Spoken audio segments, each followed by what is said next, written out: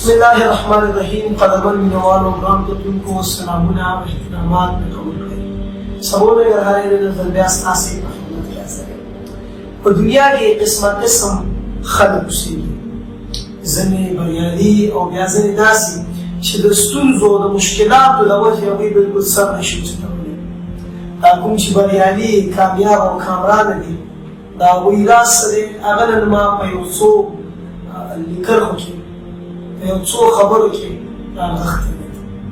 قدرمن مینوالو او ګران کتونکو، دوی همیشه منظم پلان لري، دوی همیشه خپل کار سره مینه لري، همیشه د مختلفو ستونزو لپاره مختلفې او بېلابېلې چارې او لارې لري چې هغې سره یې حل کړي. دوی همیشه خپل وخت ته احترام کوي او دوی کوشش کوي چې نورو سره مرسته وکړي او له نورو څخه مرسته وغواړي. همیشه په دې خبره باندې یقین لري چې له نورو مشوره اخیستل د دوی د بهترۍ لپاره ده. اصول او مقررات مني او د ټولو نه اخره هوا خبره چې ما مخکې هم کړې وه، په الله سبحانه وتعالی توکل کوي. ډېره زیاته مننه قدرمنو مینوالو.